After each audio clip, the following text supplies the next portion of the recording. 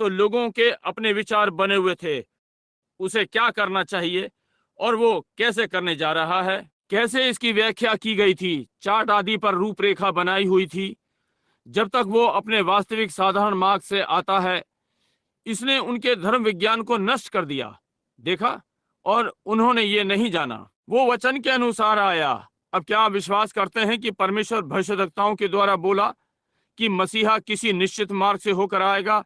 ये बहुत ही खराब है कि हमारे पास दूसरा घंटा नहीं है ताकि हम उसे ले लेते, इसकी व्याख्या करते कि ये कैसे था। समझे? हम सब जानते हैं कि ये कैसे था। यद्यपि हम में से अधिकांश कैसे परमेश्वर ने कहा कि वो आएगा, और कैसे वो यहूदा के बैतलहम, तू अपनों में छोटा नहीं, और फिर आगे बढ़ते हुए, और वो कैसे करेगा, वो क्या करेगा। समझे? और फिर भी बहुत ही साधारण था, यहाँ तक कि महान विद्वान गड़बड़ा गए, यहाँ तक कि वे चूक गए। परंतु आप जानते हैं कि यीशु वचन से हटकर नहीं आया, वो वचन के अनुसार आया, परंतु उनके अनुवाद से हटकर आया। समझे? उसने वो चीजें सिखाई जो उनके पुरोहितवाद के प्रशिक्षण के विरुद्ध थी, उसके विषय में। अब उदाहरण के लिए उन्होंने कहा, जब मसीह आता है तो निश्चय ही वो मंदिर में आएगा और कहे, कैफा या जो भी महायाजक हो, मैं आ गया हूँ। वो 1 करोड़ स्वर्गदूतों की सलामी के साथ आएगा। परमेश्वर कहेगा, ठीक है, तुम लोग जो वहां पर हो, तुम लोग वास्तव में शक्तिशाली कलीसिया हो, तुम मेरे लोग हो।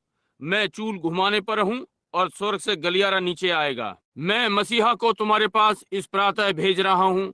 मैं उसको वहां आंगन में उतारूंगा और सारे लोग आसपास आ जाएंगे, कहें, डॉक्टर अमुक अमुक आप और डॉक्टर अमुक अमुक आप आगे खड़े हो जाओ, पहले उसका अभिनंदन करने को। आप समझे?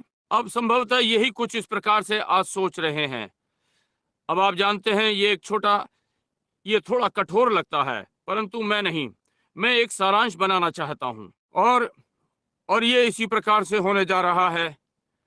और यदि ये इस प्रकार से नहीं होता है तो ये सही नहीं है, ये मसीह विरोधी है। समझे? यदि ये उस प्रकार से नहीं आता है, ये मसीह विरोधी है। आप समझे? इसलिए नहीं होगा, और इस प्रकार से तब वहां होगा। फिर अगली चीज आती है, लगभग 1 करोड़ सरदूतों की सलामी अपने झुंड के साथ, और वे वहां आंगन में उतरेंगे जहां सुलेमान ने मंदिर बनाया है। और वहां ऊपर नीचे होते हुए ये पवित्र स्थान जहां संत और महात्मा लोग मरे, और आदि आदि। जी हाँ, यीशु ने कहा, तुम पाखंडियों, तुम शैतान के पुत्रों, कहा, तुम भविष्यद्वक्ताओं की कब्रों को संवारते जिन्हें तुम्हारे बाप दादाओं ने वहां गाड़ा। ये ठीक बात है, ये ठीक बात है। समझे? कितने धर्मी मनुष्य और भविष्यद्वक्ता तुम्हारे पास भेजे गए थे, और तब भी तुमने उनमें से प्रत्येक को मार डाला। देखा? तो फिर वो किसको धर्मी कहेगा, जिसे वे हर धर्मी और मूर्ख कहते हैं?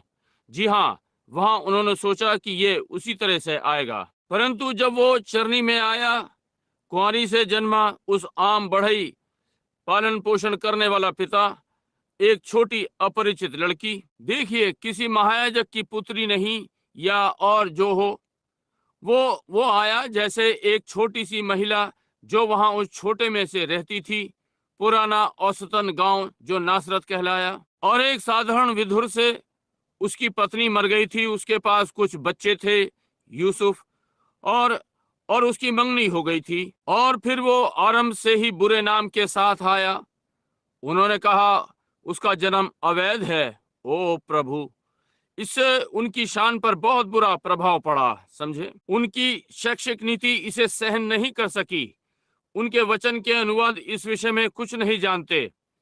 फिर भी ये यहोवा यूं कहता है था। ओह प्रभु, ये सोच मुझे कंपकपा देता है, और ये देखते हुए कि वही बात फिर से घटित हो रही है। परमेश्वर बदल नहीं सकता। ये पहले ही 12 हो गए हैं। क्या मैं रोक दूं, या थोड़ा सा? धन्यवाद, थोड़ा सा शांत बैठें, थोड़ा सा देखिए। अब मैं इसको आने वाले संदेश के लिए आधार बना रहा हूं, और मैं कोशिश करूंगा कि आप लोगों को जल्दी ही बाहर जाने दूं। हो सकता है अगले 10 या 15 मिनटों में, यदि हम कर सके। परमेश्वर आपको आशीष दे। ध्यान दें, अब ये बहुत ही साधारण है। उनके लिए ये निशाने से चूक गए, परंतु ये परमेश्वर के निशाने पर प्रहार करता है, ये वचन पर मार करता है।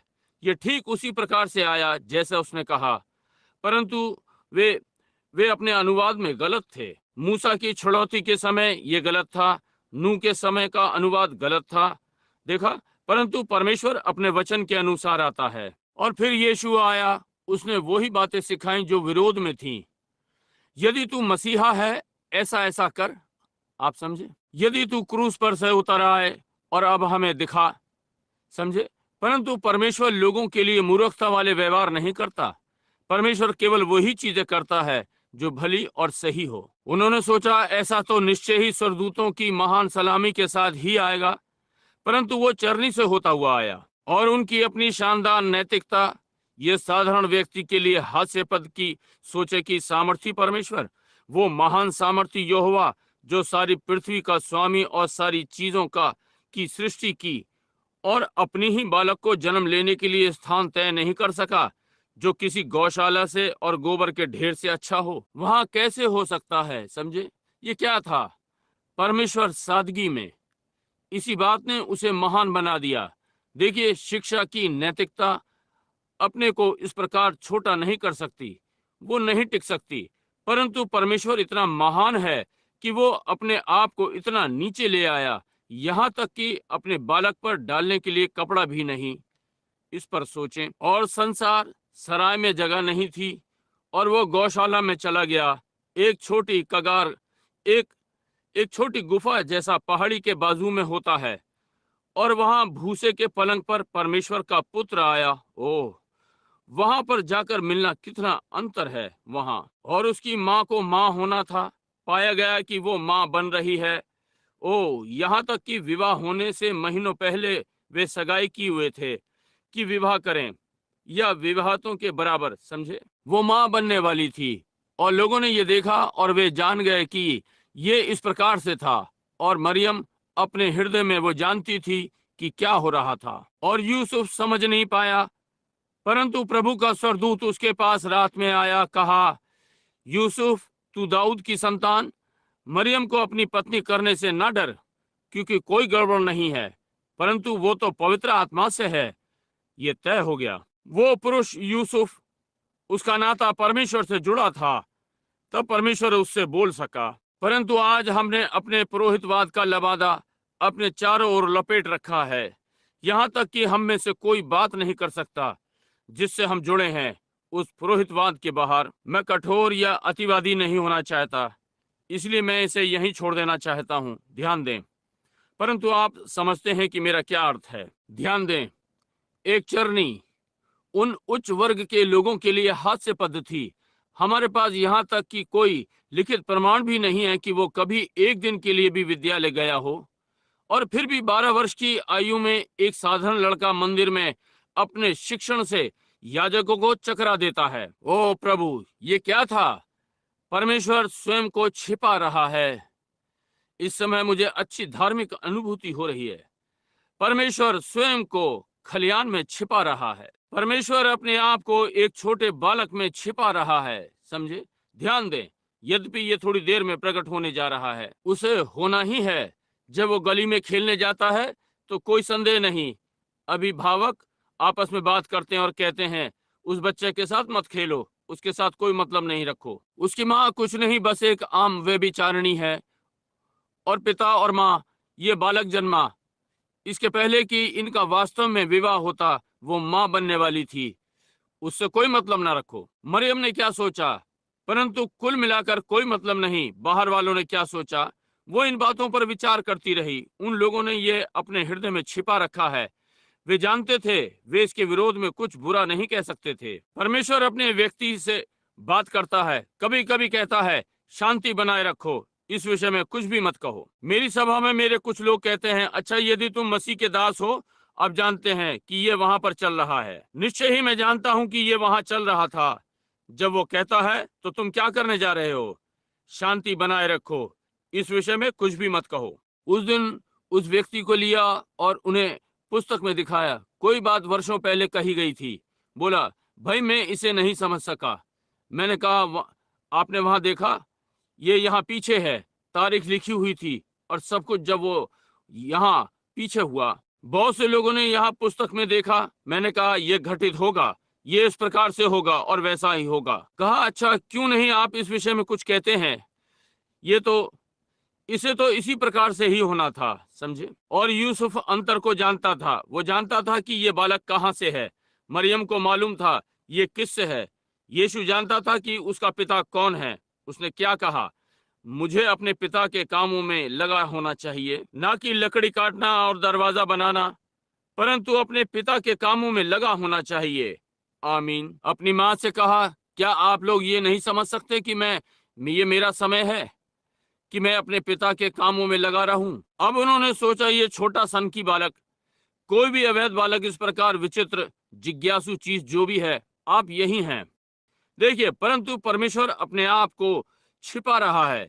सुनिए, परमेश्वर अपने आप को छिपा रहा है, जिसे संसार सोचता है जैसे एक गंदगी, भ्रष्ट, अवैध। देखिए, परमेश्वर स्वयं को मरे हुए बीज के भ्रष्टता में छिपाए हुए है, ताकि जीवन को लेकर आए, समझे।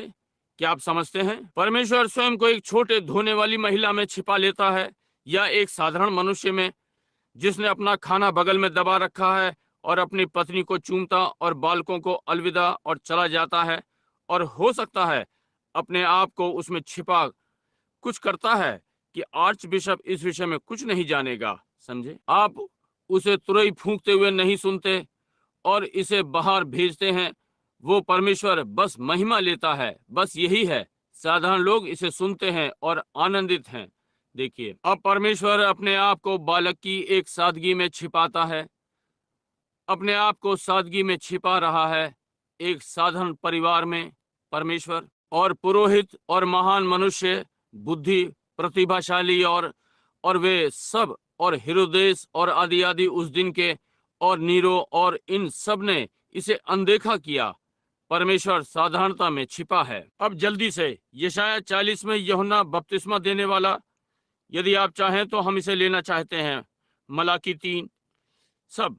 जी हाँ, यदि आप चाहें तो इस पर निशान लगा लें। यशायाह 40, आप सब जानते हैं, शांति की बातें कर रहा है, जैसा कि यह है। संभव है ये अच्छा हो सकता है कि मैं इसे यहाँ पहले पढ़ूंगा।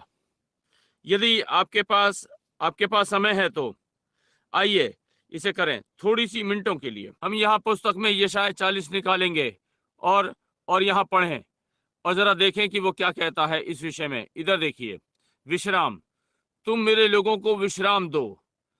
अब याद रखें, ये 712 वर्ष पहले था।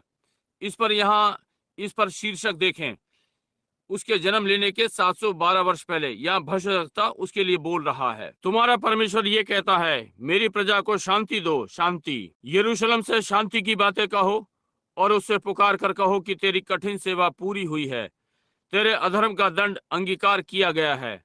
यहोवा के हाथ से तूने अपने सब पापों का दूना दंड पा चुका है। किसी की पुकार सुनाई देती है, जंगल में यहोवा का मार्ग सुधारो, हमारे परमेश्वर के लिए अराबा में एक राजमार्ग चौरस करो। हर एक तराई भर दी जाए और हर एक पहाड़ और पहाड़ी गिरा दी जाए। जो टेढ़ा है वो सीधा, और जो ऊंचा नीचा है वो चौरस किया जाए। ओ प्रभु, वो कैसा मनुष्य होना चाहिए, समझे। अब मलाकी मेरे साथ निकालें, अंतिम पुस्तक पुराने नियम में, भविष्यद्वक्ताओं में अंतिम। अब मलाकी में यहाँ सुनिए, मलाकी से लेता है अंत के समय में, इसलिए कि आप निश्चित रहें और भूले नहीं।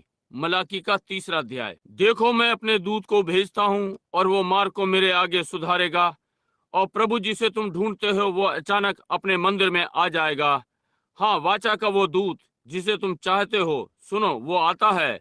सेनाओं के यहोवा का यही वचन है। अब भी यूहन्ना के लिए बोल रहा है, मेरे दूत को मेरे आगे भेजो कि मार्ग को तैयार करे। यीशु ने यही मत्ती 11:10 में बोला, कहा, यदि तुम इसे ग्रहण कर सकते हो, ये वही है जिसके लिए बोला गया है, देखो मैं अपने दूत को अपने आगे भेजता हूँ, समझे। ये ठीक बात है। अब ये सब कैसे बोला गया? जब 700 वर्ष थे, मसीह के आगे आगे चलने के लिए आना था, परंतु जब वो दृश्य पर आया, इतनी सादगी में होते हुए कि वे उसे चूक गए। अब याद रखें, वो याजक का पुत्र था। अच्छा, कितना हास्यास्पद सा लगता है कि अपने पिता के कार्य क्षेत्र का अनुकरण ना करके पीछे धर्म विद्यालय में जाता, परंतु उसका कार्य बहुत ही विशेष था। 9 वर्ष की आयु में वो जंगल में चला गया और प्रचार करते हुए बाहर आया। वे इसे चूक गए। वो इतनी सादगी में था, बहुत ही सादा, उनकी उच्च वर्ग की शिक्षा के हिसाब से, कि ऐसे का विश्वास करे। उन्होंने सोचा कि जब ये मनुष्य आता है, कैसे है, सारे ऊंचे स्थान नीचे कर दिए जाएंगे, सारे नीचे स्थान ऊंचे कर दिए जाएंगे, ऊंचा नीचा चौरस कर दिया जाएगा। दाऊद ने ये देखा और कहा, पहाड़ियां मेढ़ों की नाई उछली, पत्तियों ने ताली बजाई। क्या क्या हुआ? एक बूढ़ा लंबी दाढ़ी वाला, इस प्रकार का, बिना शिक्षा के, भेड़ भेड़ की खाल अपने चारों ओर लपेटे हुए है, यहूदा के जंगलों से लड़खड़ाता हुआ बाहर आया, कह रहा है, प्रायश्चित करो, क्योंकि स्वर्ग का राज्य निकट है। और तुम सांप के झुंड, अपने विचारों में ये मत कहो कि मैं अमुक अमुक संस्था से हूं। परमेश्वर योग्य है कि इन पत्थरों से अब्राहम के लिए संतान उत्पन्न करे। ओ प्रभु, अच्छा, वो वहां नहीं है, हम जानते हैं कि ये वो नहीं है, परंतु वो था। देखिए, वो मार्ग को साफ कर रहा था, समझे? यही जब ऊंचे नीचे स्थान समतल किए गए, यही जहां ऊंचे स्थान नीचे किए गए। ऐसा मत सोचो कि अब्राहम तुम्हारा पिता है। मुझे इस तरह की बातें मत बताओ, क्योंकि परमेश्वर योग्य है कि इन पत्थरों से अब्राहम के लिए संतान उत्पन्न करे। ऊंचे स्थान नीचे किए गए। ओ, यही है। जी हाँ, अंतर देखिए। उसने कहा, यही जो होने जा रहा है। और जब वे आए, उन्होंने सोचा, ओह, वे उसे ग्रहण करने के लिए तैयार थे यदि वे उनकी अपनी संस्था में आता, परंतु क्योंकि वो इस प्रकार से आया, ऐसे साधारण मार्ग से, फिर भी वचन के अनुवाद में ऊंचे स्थान नीचे किए गए, उन्होंने इसे स्वीकार करना ना चाहा। परंतु वे लड़के, उसने उनको मूंड दिया, उसने उनको बेपर्दा कर दिया। कहा, तुम सांप के झुंड, तुम घास में सांपों, मैं तुम्हें बताता हूं, कुल्हाड़ा पेड़ की जड़ पर रखा है, और हर पेड़ जो अपना फल नहीं लाता, वो काट कर आग में डाला जाएगा। मैं तुम्हें पानी से बपतिस्मा दूंगा, परंतु मेरे बाद एक आ रहा है जो मुझसे शक्तिशाली है, वो तुम्हें पवित्र आत्मा और आग से बपतिस्मा देगा, और उसका सूप उसके हाथ में है। वो खलिहान को अच्छी तरह साफ करेगा, वो भूसे को जला देगा और गेहूं को अपने खत्ते में जमा करेगा। आमीन। ये वो था कि ऊंचा नीचा चौरस किया जाएगा। देखिए, परंतु लोग ये नहीं समझ सके, परंतु ये ठीक वचन के अनुसार है, ठीक वैसे ही जैसा वचन ने कहा। बहुत ही साधारण कि वे इसे चूक गए, वे इसे देखने में चूक गए। आप ऐसे अंधे ना हो जाएं, समझे? आप ऐसे अंधे ना बनो। इसलिए अब सुनिए, वे इसमें चूक गए।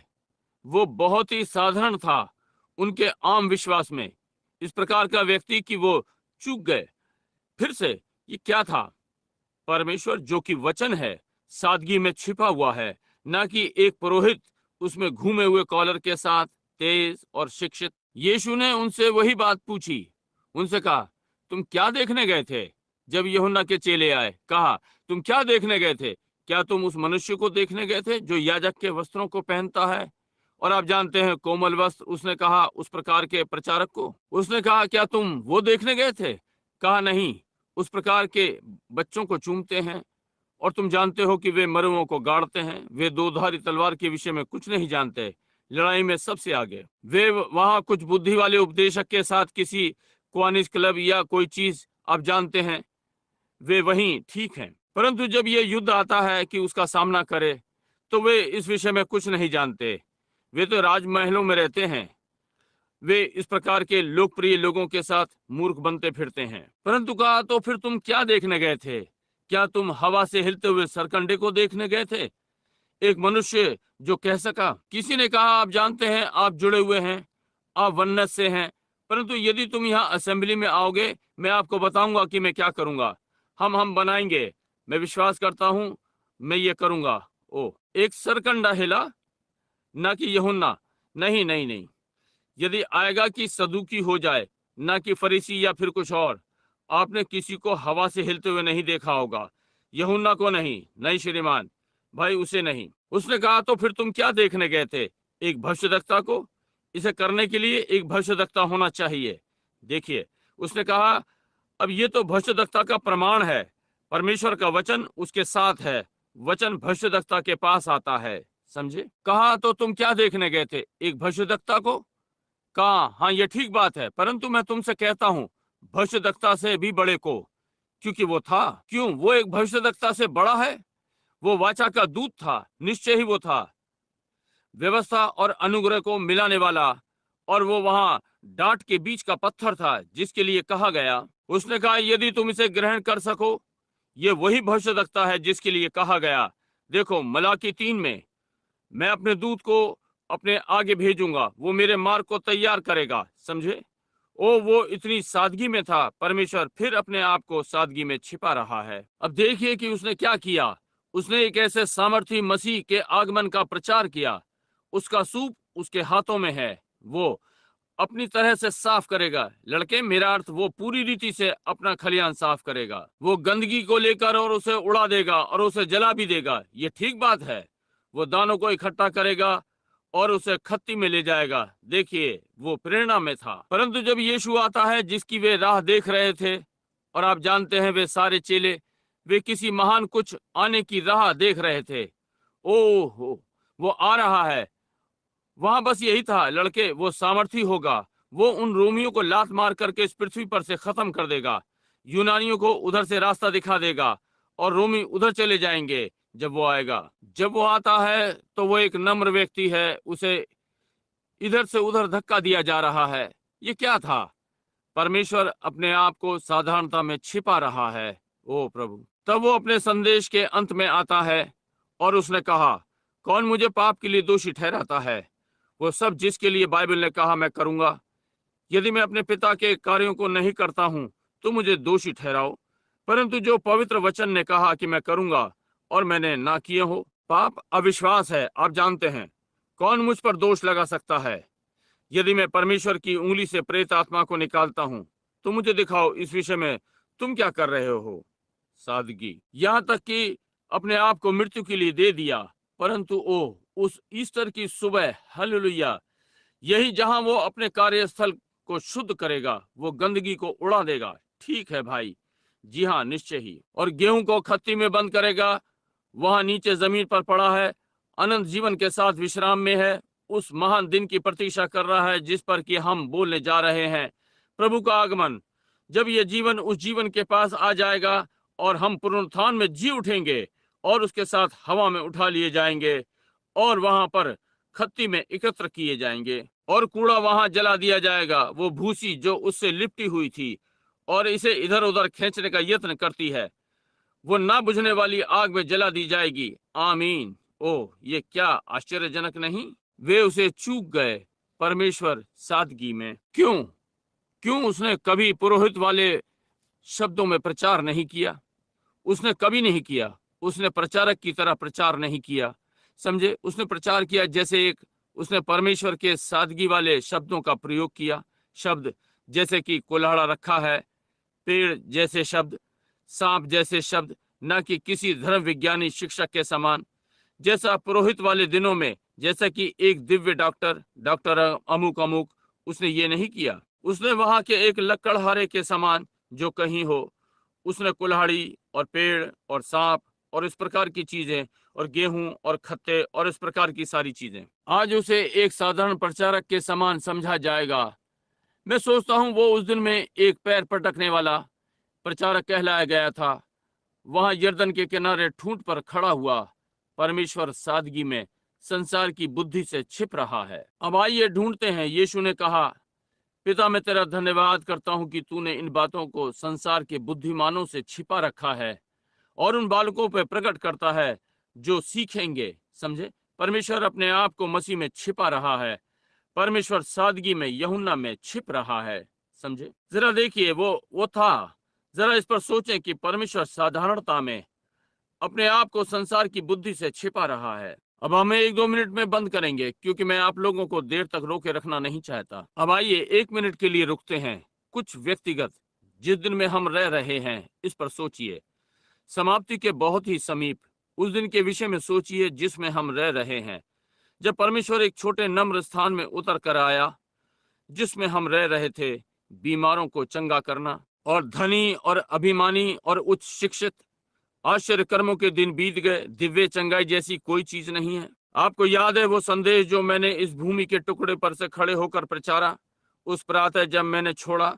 दाऊद और गोलियत के विषय में कहा कि आप कैसे इस शिक्षित संसार का मुकाबला करने जा रहे हैं भाई ब्रैनम इस सब के साथ।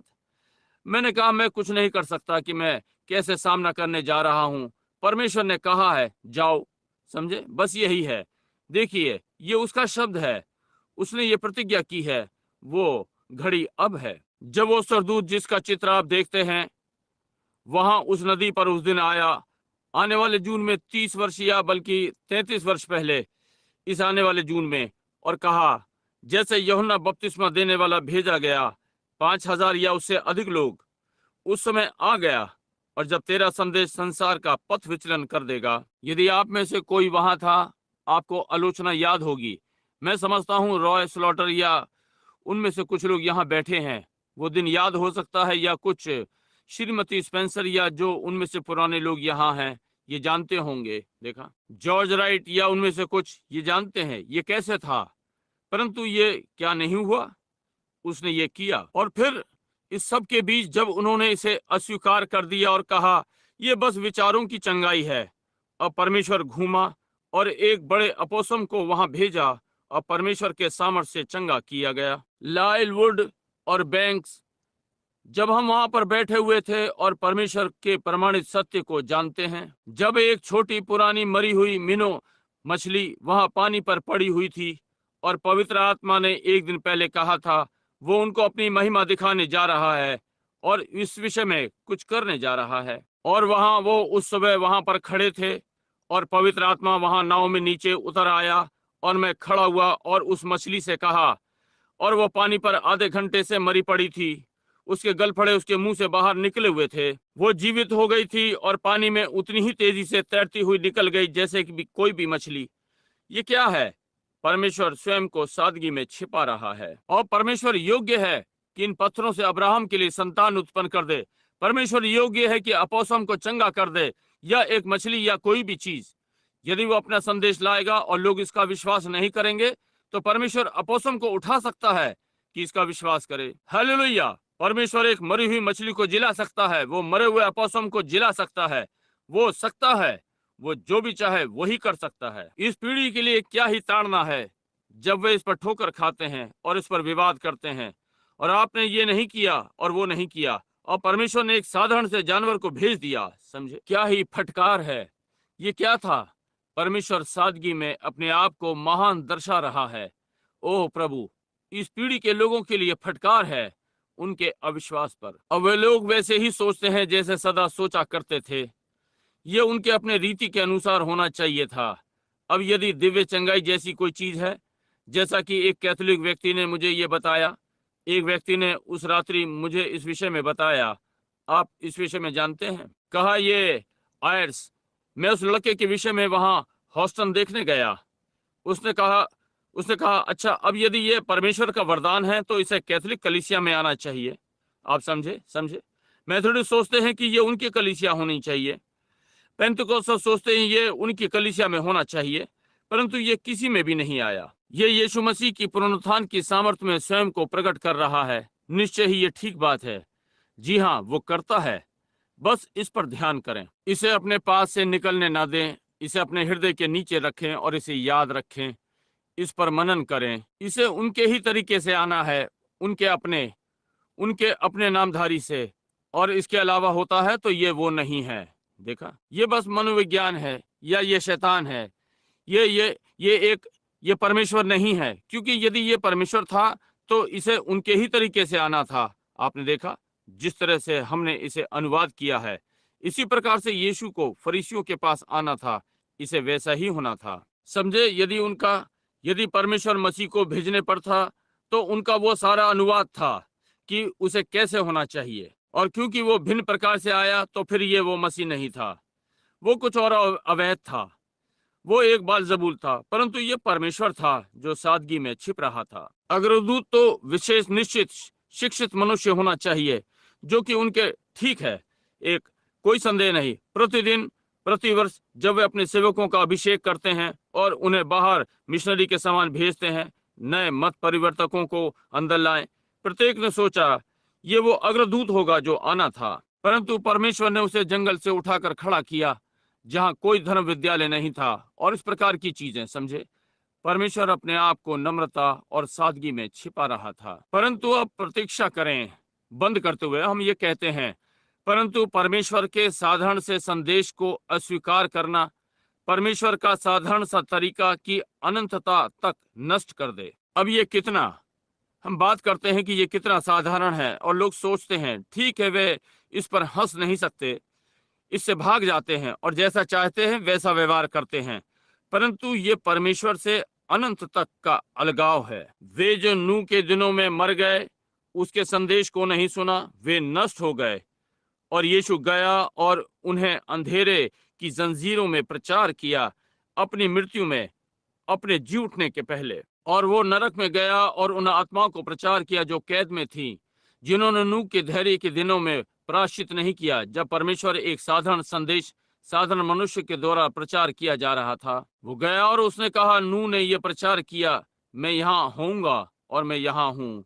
ये ठीक बात है, समझे। वे जो नबी का संदेश सुनने में असफल रहे, मूसा वहां जंगल में था, जो उसने परमेश्वर से पाया अग्नि स्तंभ से सही प्रमाणित और अगुवाई करके जंगल में ले गया और फिर उठने का यत्न किया और इसके द्वारा संस्था बनाई और वे जंगल में नष्ट होकर मर गए। उनमें से प्रत्येक केवल 2 मनुष्य, यहोशा और कालेब। और वहां फरीसी इतने अंधे थे कि वे देख ना सके, इसलिए उन्होंने पीछे मुड़कर देखा और कहा, हमारे बाप दादाओं ने मन्ना खाया, हमारे बाप दादाओं ने जंगल में मन्ना खाया।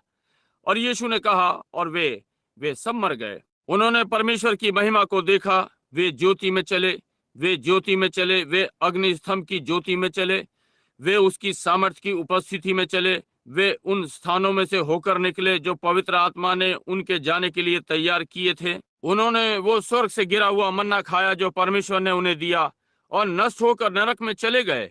वे उनमें से प्रत्येक मर गया। यदि आप इस वचन को लेते हैं, यह परमेश्वर की उपस्थिति से अनंत अलगाव है। वे उनमें से प्रत्येक मर गया, समझे। हर वो जिसने यीशु को अस्वीकार किया नष्ट हो गया। देखिए मेरा क्या अर्थ है, परमेश्वर की सादगी का इनकार करना ये ऐसे ही कुछ नहीं है। आप कहते हैं, भाई मैंने गलती की है, आप उस प्रकार से नहीं करते हैं, परमेश्वर इसे इस प्रकार से नहीं लेता है, आप सदा के लिए नष्ट हो गए। अच्छा है कि हम किसी और चीज के विषय में सोचें। इसे तो अब परमेश्वर के द्वारा ही प्रमाणित होना है, और यदि ये उसका वचन है, समझे। ओ उनके समान जिन्होंने मूसा को अस्वीकार किया, एलिया को अस्वीकार किया, यूहन्ना को अस्वीकार किया, यीशु को अस्वीकार किया उनके अपने दिनों में। यहाँ मैं आपको एक छोटी सी बात बता दूं और फिर मैं आशा करता हूं कि मैं आपको अधिक ठेस नहीं पहुंचा रहा हूं। परंतु देखिए, उस दिन मुझे हॉस्टन टेक्सास में बुलाया गया, क्षमा मांगने की कोशिश की कि कुछ लोगों ने वहां इकट्ठा करके और क्षमा पत्र पर हस्ताक्षर करने के लिए, ये नवयुवक और नवयुवतियां, आप जानते हैं, वे इस मुसीबत में फंस गए। मेरा अनुमान है आपने इस विषय में अखबार में पढ़ा होगा। और वो श्रीमान आयट्स का सौतेला पुत्र था, और श्री आयट्स ही वो थे जिन्होंने प्रभु के स्वर्गदूत का चित्र उतारा था, जिसे आप ठीक वही देखते हैं। एक रोमन कैथोलिक और उसकी पत्नी जो यहूदी थी, और उसने इस यहूदी लड़की से विवाह किया था। वे एक दूसरे से धर्म के विषय में बात नहीं करेंगे और आदि आदि इस प्रकार से। और टेड किपरमैन जो कि उनके साथ इस काम में थे, उनका डगलस स्टूडियो था। और जब वो वहां पर आया जहां Shri Best, doctor Best Baptist church के, जिन्होंने अपना मुक्का भाई बोसफोर्थ की नाक पर ताना और कहा, अब मेरा चित्र उतारो, ऐसा करते हुए कहा, मैं इस बूढ़े आदमी का डराने का चित्र लेकर अपने अध्ययन कक्ष में टांगूंगा, एक दिव्य चंगाई की यादगार में। और इसके पहले मैं हॉस्टन टेक्सास जाता, प्रभु परमेश्वर ने मुझे वहां जाने को कहा और मैं वहां प्रभु के नाम में था। और आप सब उस बहस को जानते हैं और जो बातें जो वहां उठी आपने पुस्तकों में पढ़ा है और आदि आदि। और ये वहां पर था और उस रात्रि बहुत नम्रता के साथ चलने का यत्न कर रहा था। क्यों? उन्होंने कहा, यह अनपढ़ों का एक झुंड है। डॉक्टर बेस्ट ने कहा, यह कुछ नहीं सिवाय एक अज्ञानियों का एक झुंड। कहा, ऐसे लोग नहीं जो दिव्य चंगाई जैसी चीज में विश्वास करते हैं, इस प्रकार की चीज, पिछड़ों का झुंड। वे नहीं जानते कि यह परमेश्वर सादगी में है। क्यों? कहा, इस व्यक्ति के पास व्याकरण की शिक्षा तक नहीं है। वो सारी शिक्षा की डिग्रियों से सुसज्जित था जितना हो सकता था, कि वो सोचने लगा कि भाई बॉसफोर्थ को कैसे भी दबा लेगा। परंतु जब ये वचन पर आया तो वो मुकाबले में 1/10 भी नहीं था, समझे। और भाई बोसफोर्थ को मालूम था कि वो कहाँ पर है। उसके बहुत सारे लोग वहां पर बैठे हुए थे, वहां बहस में थे, और वो वहां पर था। तब वो हमको ये कहने लगा कि हम अज्ञानियों का झुंड है। कहा, अच्छी समझ वाले इस बात का विश्वास नहीं करते। भाई बॉसवर्थ ने कहा, 1 मिनट। उसने कहा, इस नगर में कितने लोग हैं? उस रात्रि में लगभग 30,000 इस प्रकार के हमारे बीच बैठे हुए हैं। इस नगर में कितने लोग हैं यहाँ इन बड़े अच्छे बैप्टिस्ट कलीसियाओं में जाते हैं, डॉक्टर के बयान से ये सिद्ध कर सकते हैं कि वे परमेश्वर की सामर्थ से चंगे हुए हैं। जब से भाई ब्रैनम इस नगर में प्रचार कर रहे हैं, खड़े हो जाएं। और 300 खड़े हो गए। इस विषय में क्या है? ये वहां था, परमेश्वर सादगी में छिप रहा है। तब उसने कहा, भाई, उसने कहा, उस दिव्य चंगाकर्ता को सामने लाओ, मैं उसे किसी को सम्मोहित करते हुए देखूं। तब मैं आज से 1 वर्ष बाद देखता हूं। और टेड किप और आइस वहां जिसने चित्र उतारा बोला, श्री ब्रैनम, कुछ नहीं, बस एक सम्मोहन करने वाला। मैंने एक महिला को देखा, उसके गले में घेंगा था इस प्रकार से, और कहा, उसने उस महिला को सम्मोहित कर दिया। अगले दिन मैंने उससे बात की और उसे घेंगा नहीं था। कहा, उस व्यक्ति ने उसे सम्मोहित कर दिया, और उसने बस मेरा उपहास उड़ाया। कहा, मुझे नगर से भगा देना चाहिए और उसे उनमें से एक होना चाहिए जो ये करे। और सब इस प्रकार से हॉसन क्रॉनिकल में ये सामने के पृष्ठ पर था, बड़ी बड़ी लाइनों में। मैंने कभी एक शब्द भी नहीं कहा। मैं वहां अपने पिता के काम से था, बस कुल मिलाकर यही था। वचन के साथ टिके रहें, उसने मुझे वहां भेजा और ये उसका काम है। उस रात्रि जब मैं वहां नीचे पहुंचा, मैंने कहा, मैं कोई दिव्य चंगा करता नहीं हूं, मैं नहीं हूं। यदि कोई ये कहता है तो मैं कहता हूं वे लोग गलत हैं। और मैंने कहा, मैं दिव्य चंगा करता कहलाना नहीं चाहता। मैंने कहा, यदि डॉक्टर बेस यहाँ उद्धार का प्रचार करते हैं तो वो अपने आप को दिव्य उद्धारकर्ता कहलवाना नहीं चाहेंगे। और मैंने कहा, तो फिर मैं दिव्य चंगा का प्रचार करता हूं तो मैं अपने आप को दिव्य चंगा करता नहीं कहलवाना चाहूंगा। परंतु वो कहता है कि वो दिव्य उद्धार करता नहीं है। निश्चय वो नहीं है, ना ही मैं दिव्य चंगा करता हूं, परंतु परंतु उसके कोड़े खाने से हम चंगे हो गए। मैं इस ओर संकेत कर रहा हूं, समझे। और इसलिए वो निरर्थक। अब देखिए, घूमा। और मैंने कहा, परंतु यदि परमेश्वर के इस वरदान की उपस्थिति, प्रभु का ये दूत, यदि इस पर शक है, वो सिद्ध किया जा सकता है। उसी समय के लगभग वो चक्रवात में नीचे आया। कहा, अब बोलने की आवश्यकता नहीं है, वो मेरे लिए पहले ही बोल चुका। और मैं चला गया और मैं उस बड़े शहर हॉस्टन गया, रास का एक सबसे बड़ा अच्छा शहर जो कहीं है। जब उस दिन मैं वहां गया तो शहर को देखकर ये अपमानित सा लगा। सड़कें गंदी थी। टेक्सास एवेन्यू में जिन जगहों में काउंटर थे, और मैं राइस होटल गया जहां अक्सर फिल्मी सितारे रुकते हैं, और वहां मैं नीचे तहखाने के कैफेटेरिया में गया। वो कैफेटेरिया, उसकी छत नीचे लटक रही थी, पलस्तर फर्श पर, गंदगी और धूल। प्रचारकों के बीच में एक भ्रम जैसा मैंने कभी नहीं देखा या मैंने अपने जीवन में सुना। क्यों ज्योति में चलने को मना कर दिया कि अंधेरे में चलें? वहां उनके बालक मृत्यु की पंक्ति में बैठे थे। परमेश्वर नीचे उतरा जहां सादगी प्रकट की गई थी और अस्वीकार। तब परमेश्वर ने अपने आप को सादगी में दिखाया और वहां चित्र लिया गया जो सारे संसार में घूम गया। यहाँ तक कि वैज्ञानिकों ने कहा, यह केवल एक अलौकिक जीवन जिसका सारे संसार के इतिहास में कभी जो चित्र लिया गया और वॉशिंगटन डीसी में लटका हुआ है, धार्मिक कला के हॉल में। यहाँ ये सादगी प्रकट हो रही है, समझे समझे। परमेश्वर अपने आप को सादगी में छिपा रहा है और फिर अपने आप को प्रकट कर रहा है, समझे। अब उसने अपने आप को मसीह की मृत्यु में छिपा लिया, परंतु अपने आप को पुनरुत्थान में प्रकट किया। ओ प्रभु, और आदि आदि आप सकते हैं, हम सकते हैं। इसका कोई अंत नहीं है, बस कहते रहें, परंतु आप वही हैं। नीचे तहखाने में जाकर रोशनी से अपनी आंखें मूंद लेना, सूर्य की चमक का इनकार करना, और ये ठीक है। और याद रखें, केवल एक ही तरीका है कि आप गलत हो सकते हैं, कि पहले सही का इनकार करें, समझे, और अपनी आंखें खोलने को मना करें। आप अंधकार में जिएंगे, समझे। यदि आप देखने से इनकार कर दें तो आप कैसे देखने वाले हैं, समझे। साधारण चीजों पर ध्यान दें।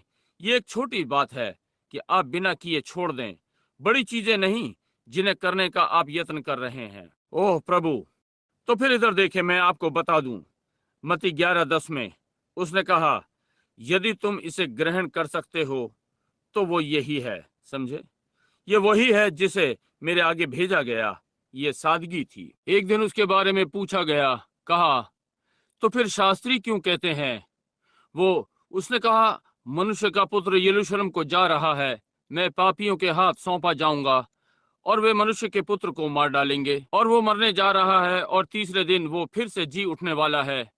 कहा, वहां जो दर्शन मिला इसे किसी को ना बताना। और चेले, अब इस पर सोचें, वे चेले जो यूहन्ना के साथ साथ चले, उससे बातें की, उसके साथ खाया, जंगल में उसके साथ किनारे पर बैठे, फिर उन्होंने कहा, तो फिर शास्त्री क्यों कहते हैं कि एलिया का पहले आना अवश्य है? आप कहते हैं आप वहां क्रूस पर चढ़ने जा रहे हैं और फिर जी उठने वाले हैं।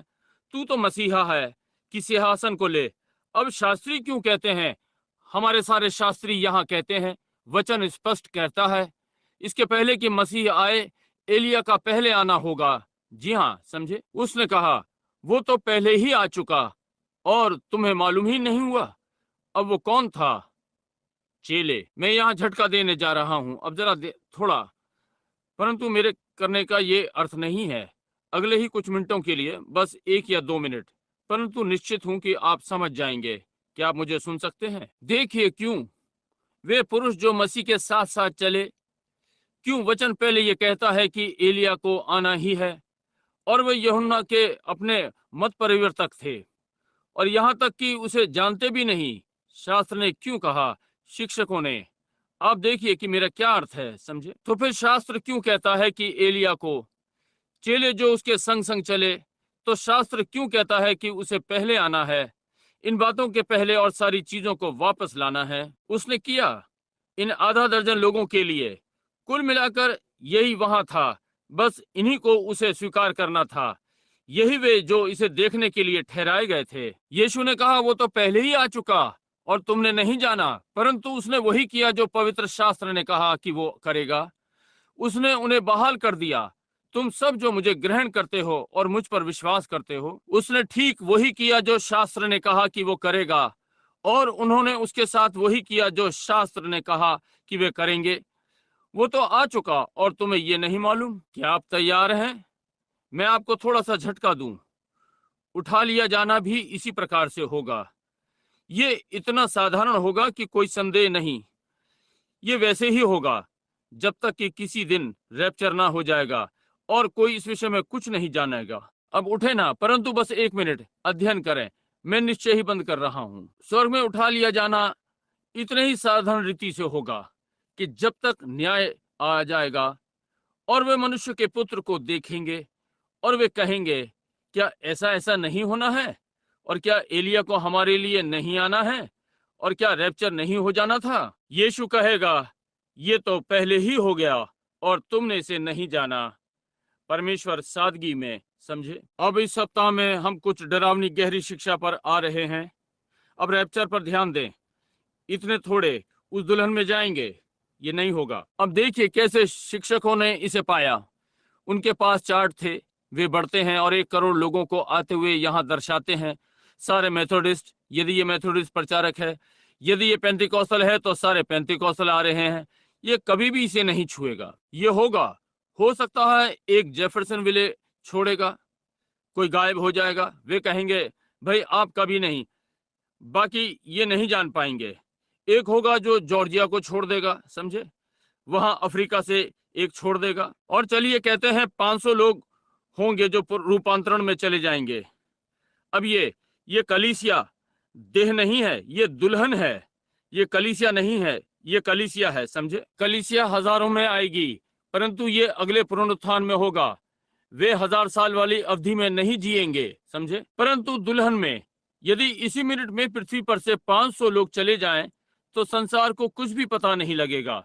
यीशु ने कहा, एक वहां पलंग पर होगा और एक चला जाएगा, एक छूट जाएगा। ये रात का समय होगा। वे वहां 2 खेत में होंगे, पृथ्वी की दूसरी ओर। मैं एक को ले लूंगा, एक को छोड़ दूंगा। जैसा ये नूह के दिनों में हुआ था, ऐसा ही मनुष्य के पुत्र के आने के दिनों में होगा। सोचिए, हर चीज वैसे ही साधारण रूप में चलती रहेगी जितनी हो सकती है। एक अति उत्साही संदेश निकल जाएगा और पहली बात, आप जानते हैं कि कुछ ये सेवक कहीं जा रहा है, वो कभी वापस नहीं आएगा। संभवतः वो जंगल में शिकार पर निकल गया, अब वो कभी वापस नहीं आएगा। और ये व्यक्ति कहीं गया, आप जानते हैं क्या हुआ। मैं विश्वास करता हूँ युवा लड़की वो कहीं पकड़ ली गई होगी। किसी ने उसे पकड़कर उसे संभवतः अपमानित किया होगा और नदी में फेंक दिया होगा। वो किसी के साथ नहीं थी। इसके आधे, हर में से 99 कहेंगे, 1-1 करोड़ में से इस विषय में कुछ जानेगा, जब तक कि कोई उसकी अच्छी जान पहचान का ना हो सकता हो। कहता है लड़की गायब हो गई। क्यों, मैं नहीं समझ सकता। वो कभी इस तरह से नहीं गई, नहीं। और जब वे कहते हैं कब्रें खुल जाएंगी, ये कब्रें कैसे खुलने जा रही हैं जब मेरे पास समय नहीं है कि मैं इसमें जाऊं, जो कि मैं चाहता था। मैं इसे लेने जा रहा हूं कि आपको परमेश्वर की सादगी दर्शाऊं। और वो कैल्शियम, पोटाश और हर चीज, जब जब हर चीज आप में पदार्थों की है, मिलकर चम्मच भर है। ये ठीक बात है। और ये क्या करता है, टूटकर पीछे आत्मा और जीवन में हो जाता है। बस परमेश्वर बोलता है और रैप्चर आ जाएगा। ये ऐसा नहीं होने जा रहा है और सरदूत आकर कर कब्र खोद रहे हैं और पुरानी लाशें निकाल रहे हैं। ये क्या है, ये आरंभ से ही पाप में जन्मा है, परंतु एक नया वाला इसकी समानता में बना है। आप जानते हैं, समझे।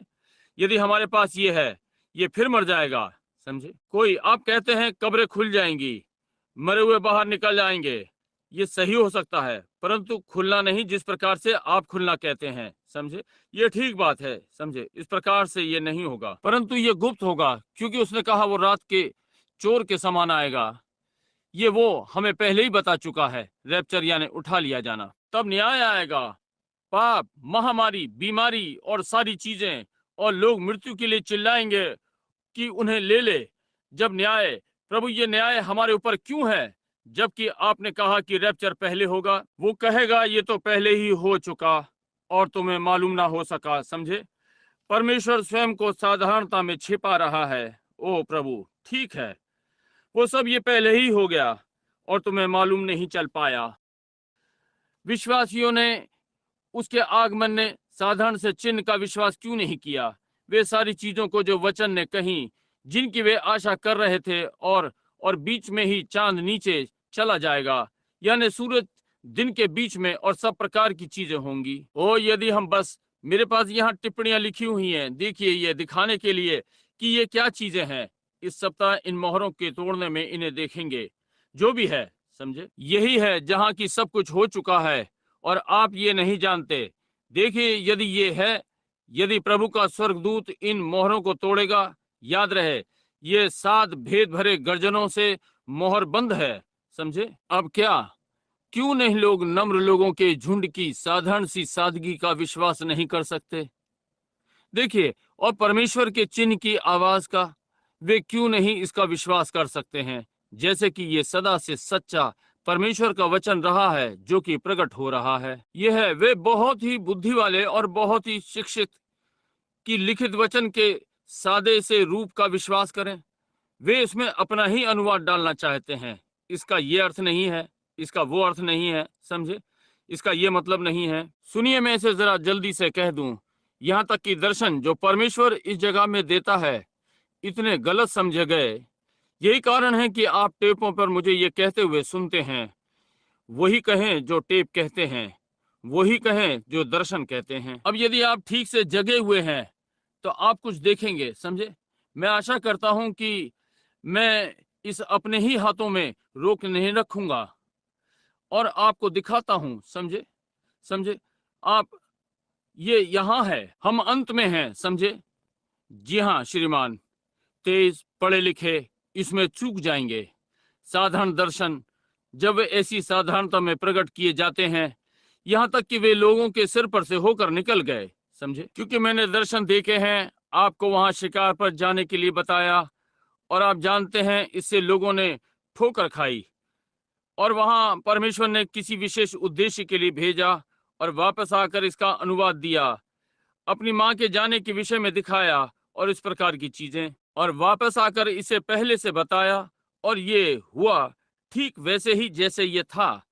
उसने कहा कि ये घटित होगा, समझे। और फिर भी यूहन्ना ठीक वहां आया और स्वीकार किया।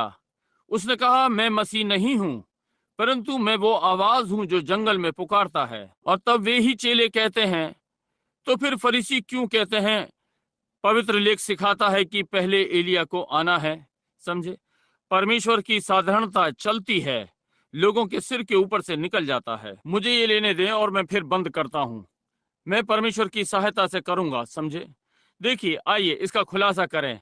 आपको निरंतर ये बताते रहने के लिए मुझे खेद है, और फिर देखिए, आपको रोके रखने के लिए खेद है, परंतु कुछ ही घंटों में हम वापस आ रहे हैं। देखिए, आइए स्याही की एक साधारण सी बूंद लें।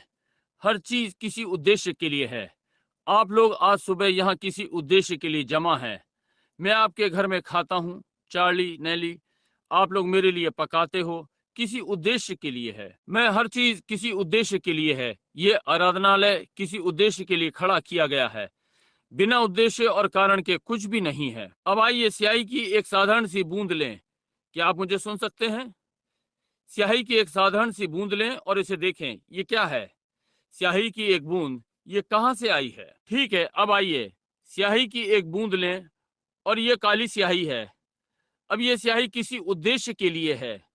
ये मेरी क्षमा लिख सकती है एक कलम में, उस पश्चातापी से। ये मेरी क्षमा मृत्यु कक्ष से लिख सकती है। ये ठीक बात है। ये यूहन्ना 3:16 लिख सकती है और विश्वास करने के द्वारा मेरे प्राण को बचा सकती है।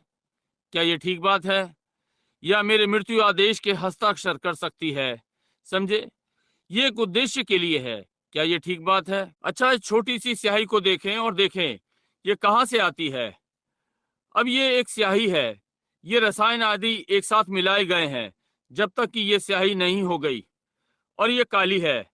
आप इसे अपने कपड़ों पर टपका लें, ये इस पर दाग बना देगी। परंतु हमने एक चीज का निर्माण किया है जो कि ब्लीच कहलाता है। आप स्त्रियां ये ब्लीच प्रयोग करती हैं। भाई, मैं एक बूंद स्याही को लेकर इसे ब्लीच के टब में डाल देता हूँ। अब स्याही का क्या हुआ? समझे, क्यों? ब्लीच बनाया गया है, खोजा और रसायनों से मिलाकर बनाया है। ये रंग को इतनी बुरी तरह से तोड़ देता है, यहाँ तक कि आप इसे ढूंढ नहीं सकते। अब जल ब्लीच का एक भाग है। पानी H2O है, जो कि हाइड्रोजन और ऑक्सीजन है, और हाइड्रोजन और ऑक्सीजन दोनों खतरनाक विस्फोटक हैं। और फिर हाइड्रोजन और ऑक्सीजन वास्तव में राख हैं।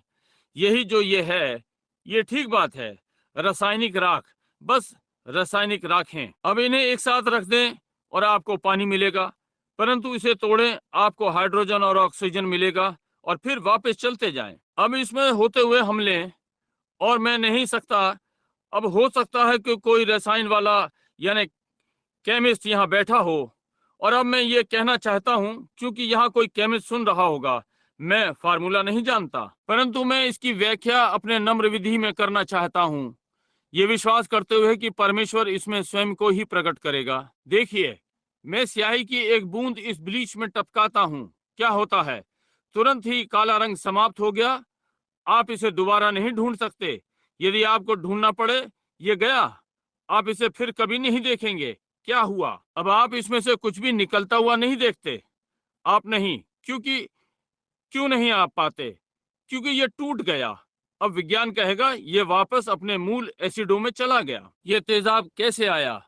समझे भाई, आप कहते हैं ये कुछ खास चीजों से आया। ठीक है, उदाहरण के लिए, जैसे कि ये वाष्प से बनता है। वाष्प कहाँ से आती है? ठीक है, आप कहेंगे वाष्प अणुओं से बनती है। ये अणु कहाँ से आते हैं? ये परमाणुओं से। ये परमाणु कहाँ से आते हैं? इलेक्ट्रॉन से। वे कहाँ से आते हैं? कॉस्मिक प्रकाश से। इसलिए आप देखिए, आप रसायन के पीछे ढूंढते हैं। यदि ये तत्व है और ये एक सृष्टि है, तो इसे सृष्टिकर्ता से आना चाहिए। इसलिए आप यहाँ संयोग से नहीं बैठे हैं। मैं आपको संयोग से 12:30 या 1 बजे तक नहीं रोक रहा हूँ। धर्मी के कदम प्रभु की ओर से तय होते हैं। समझे, इसका कोई कारण है।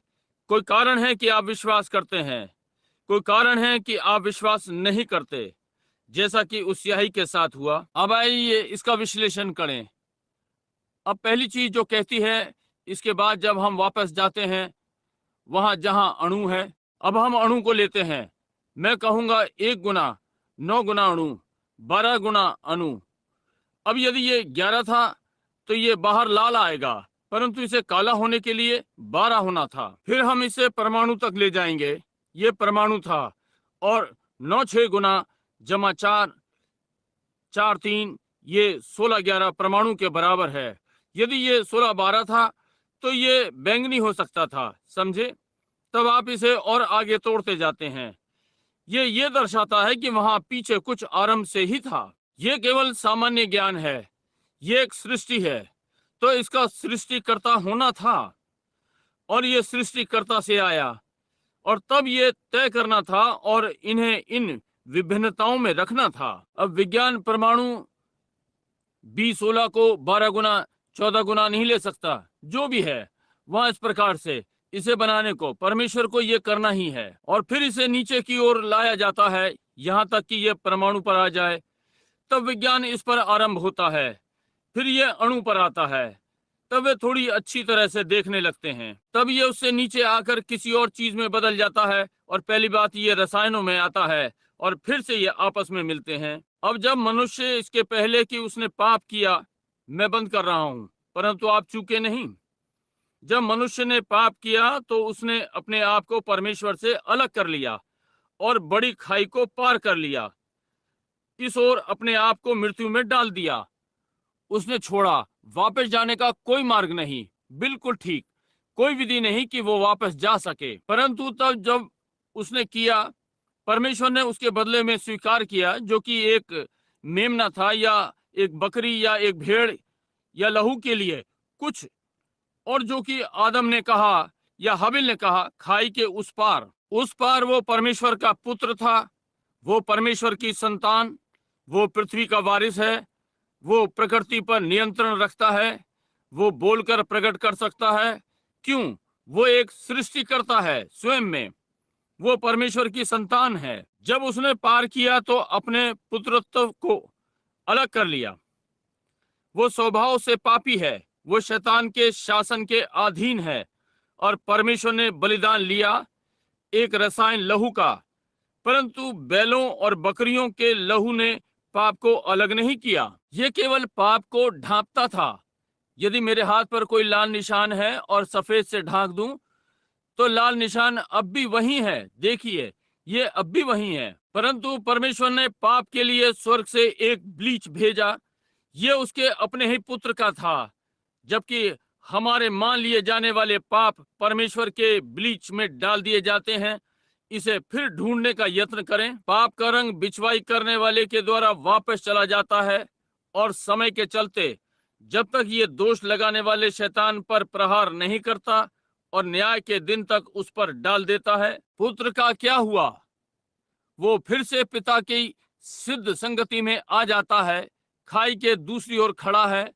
उसके विरोध में कोई पाप याद नहीं किया जाता और नहीं ब्लीच का कोई भी निशान कहीं नहीं दिखाई पड़ता। वो स्वतंत्र है। हालेलुया। जैसे कि वो ब्लीच यानी स्याही अब और स्याही बनी नहीं रह सकती, क्योंकि इसे तोड़कर फिर वापस कर दिया गया। और जब स्वीकार किए गए पाप इसमें डुबाए जाते हैं, एक पुरुष या एक स्त्री यीशु मसीह के लहू में डुबा दिया गया, तो ये सारे लक्षणों को मार डालता है और पाप का हर अणु शैतान के पास वापस चला जाता है और न्याय के दिन तक उसके ऊपर रहता है, जहां उसका अनंत गंतव्य आग की झील में फेंक दिया जाना होगा। और खाई जुड़ गई और इसे अब और कभी नहीं स्मरण किया जाता है और मनुष्य परमेश्वर के पुत्र के समान न्यायोचित खड़ा होता है। साधारणता मूसा बैलों और बकरों के लहू के नीचे परमेश्वर के वचन में उसके पाप स्वीकार के साथ, और परमेश्वर उस साधारण से मनुष्य को ले सका और अपने वचन उसके मुंह में डाले और उसने ये प्रमाणित कर दिया कि वो यहोवा का दास है, क्योंकि वो वहां जा सकता था और यहोवा उससे दर्शनों के द्वारा बोला। वो चला गया, अपना हाथ पूर्व की ओर उठाया। और अब याद रखें, परमेश्वर उससे बोला। ये परमेश्वर का विचार है। परमेश्वर मनुष्य का प्रयोग करता है। परमेश्वर उससे बोला, ये ठीक बात है। उसने कहा, जा, जो छड़ी तेरे हाथ में है उसे पूर्व की ओर उठा और कहे मक्खियां। मूसा बकरी भेड़ के लहू के नीचे वहां गया, छड़ी ली, पूर्व की ओर गया। यहोवा यूं कहता है कि मक्खियां हो जाएं। कभी भी एक मक्खी नहीं सुनी, वापस चला गया। ये पहले ही बोल दिया गया। ये एक विचार है, अब ये बोल दिया गया, ये प्रकट कर दिया गया। तो फिर ये परमेश्वर का वचन है, ये मनुष्य के होठों पर आया। एक साधारण सा मनुष्य बैल बैल या बकरी के लहू के नीचे। पहली बात, आप जानते हैं कि एक हरी मक्खी आसपास में उड़ने लगी। अगली बात आप जानते हैं, वे 5 पाउंड प्रति गज थी। ये क्या था? परमेश्वर का वचन था जो मूसा के द्वारा बोला गया, रचिए था। क्योंकि लहू के नीचे वो परमेश्वर की उपस्थिति में खड़ा था और उसके अपने वचन उसके नहीं थे। यदि तुम मुझ में बने रहो और मेरे वचन तुम में बने रहें, तो चाहो जो मांगोगे वो तुम्हें दे दिया जाएगा। कलीसिया कहाँ खड़ी है? मेंढक हो जाए। और 1 घंटा पहले सारे देश में कहीं भी मेंढक नहीं थे। उन स्थानों में 10 फुट गहरे मेंढक हो गए। ये क्या था? ये परमेश्वर था, रचयिता, स्वयं को साधारण से मनुष्य में छिपा रहा है। अब मैं आपसे कुछ पूछना चाहता हूँ। यदि बैलों या बकरों का लहू ब्लीच के लिए प्रयोग किया गया, जो कि केवल ढांक सकता है और मनुष्य को ऐसी स्थिति में रख सकता है कि परमेश्वर का सृष्टि करने वाला वचन बोले और मक्खियों को अस्तित्व में ले आए, तो क्यों आप यीशु मसीह के लहू के ब्लीच से ठोकर खाएंगे, जो कि गिलहरी के लिए बोल सकता है या किसी चीज को अस्तित्व में ले आए? आप ये ना करें, सादगी पर ठोकर ना खाएं। ये विश्वास करें, वो अब भी परमेश्वर है। ओ प्रभु, पापों की क्षमा। ओ मेरी कितनी इच्छा है कि मैं सकूं। तब मरकुस 11:22 में, यदि तुम इस पहाड़ से कहो हट जा और अपने हृदय में संदेह ना करो, परंतु विश्वास करो कि जो तुमने कहा है पूरा हो जाएगा, ओ जो आपने कहा वही पा सकते हैं। ओ मेरे पास 3 या 4 पन्ने हैं, अब हमें छोड़कर निकलना है। धन्यवाद। परमेश्वर अपने आप को साधारणता में छिपा रहा है। क्या आप नहीं देखते? कहीं कुछ गड़बड़ है, कहीं कुछ गड़बड़ है। जब परमेश्वर एक वक्तव्य देता है तो वो झूठ नहीं हो सकता। उसने प्रतिज्ञा दी है, समझे? वो सादगी में छिपता है। ये बहुत ही साधारण है। पढ़े लिखे और ज्ञानवान कहते हैं ओ ये है, ओ ये दूर संवेदन है, टेलीपैथी या कुछ, आप जानते हैं। ये परमेश्वर अपने आप को समय की धारा में पीछे की ओर ले जा सकता है और आपको बताता है कि सही सही क्या हुआ था और आप आज क्या हैं। वो आपको ठीक ठीक बताता है और आगे आप क्या होंगे। ये अब भी यीशु मसीह के ब्लीच के द्वारा है। कौन है जो पापी को लेकर और उसे ब्लीच कर दे? और वो परमेश्वर की उपस्थिति में खड़ा है। और यदि तुम मुझ में बने रहो और मेरा वचन तुम में, तो तुम चाहे जो मांग सकते हो और ये हो जाएगा। वो जो मुझ पर विश्वास करता है, जो काम मैं करता हूँ वो भी करेगा। तुम मुझ पर कैसे दोष लगाते हो? क्या तुम्हारी अपनी व्यवस्था ने नहीं कहा कि वे जिनके पास परमेश्वर का वचन आया, भविष्यद्वक्ताओं के, क्या तुमने उन्हें ईश्वर नहीं कहा? और फिर तुम मुझ पर कैसे दोष लगा सकते हो जब मैं कहता हूँ कि मैं परमेश्वर का पुत्र हूँ? वे ये देखने में असफल रहे, वे इसे देखने में असफल रहे। अब कलीसिया इन आने वाले संदेशों में आज रात्रि के बाद से इसे देखने में असफल ना होना, समझे? देखिए, जिन दिनों में हम रह रहे हैं, स्मरण रखें कि यीशु मसीह का लहू आपसे पापों को बहुत दूर ले गया, जबकि वे यहाँ तक कि परमेश्वर को स्मरण नहीं, ये सारे दागों को ले लेता है। पाप ने गहरे लाल दाग छोड़ दिए, उसने धोकर हिम के समान कर दिए। तब सिंहासन के सामने मैं उसमें पूर्ण खड़ा हूँ। ओ प्रभु, मैं कैसे पूर्ण हो सकता हूँ? मैं कैसे पूर्ण हो सकता हूँ? क्योंकि लहू है, ना कि मैं। मेरे और परमेश्वर के बीच लहू खड़ा है। मैं से स्वीकार करता हूँ और वो ये डालता है। मैं पापी हूँ, परंतु वो परमेश्वर है। परंतु वो रसायन मेरे बीच में खड़ा है, पाप का मारने वाला। इसलिए परमेश्वर मुझे वैसे ही सफेद देखता है जो पानी अंदर है, जो ब्लीच में है। मेरा पाप चला गया यहाँ तक कि उसके पास नहीं पहुंच सकता, क्योंकि वहां पर बलिदान रखा है। हमारा विश्वास कहाँ है कि परमेश्वर के सादे वचन का विश्वास करें? बस जो परमेश्वर ने कहा उसे उसके वचन के आधार पर लें। अब परमेश्वर अपने आप को साधारणता में छिपाता है, एक छोटे नम्र झुंड में, परंतु इन्हीं किन्हीं दिनों में वह स्वयं को प्रकट करेगा, जैसे सदा उसने बीते दिनों में किया। क्या आप उससे प्रेम करते हैं? मैं उससे प्रेम करता हूँ,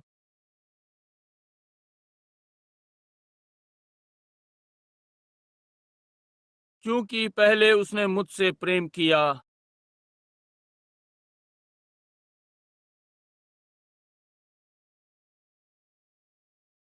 और मेरे उद्धार को खरीदा उस कलवरी के वृक्ष पर। क्या आप उससे प्रेम करते हैं? ओह, वो कितना अद्भुत है। और मैं आशा और मैं विश्वास करता हूं कि संदेश वही उत्पन्न करेगा जो उसकी नियत करने की थी, कि वो आपको उस स्थान पर ले आएगा कि आप आरामदायक चीजों को नहीं ढूंढेंगे या किसी। जब आप परमेश्वर को महानता में देखते हैं तो देखो वो कितना नम्र है, और तब आप परमेश्वर को देखेंगे। उसको ना ढूंढें। जब एलीशा वहां गुफा में था तो धुआं चला, लहू, गर्जन, बिजली।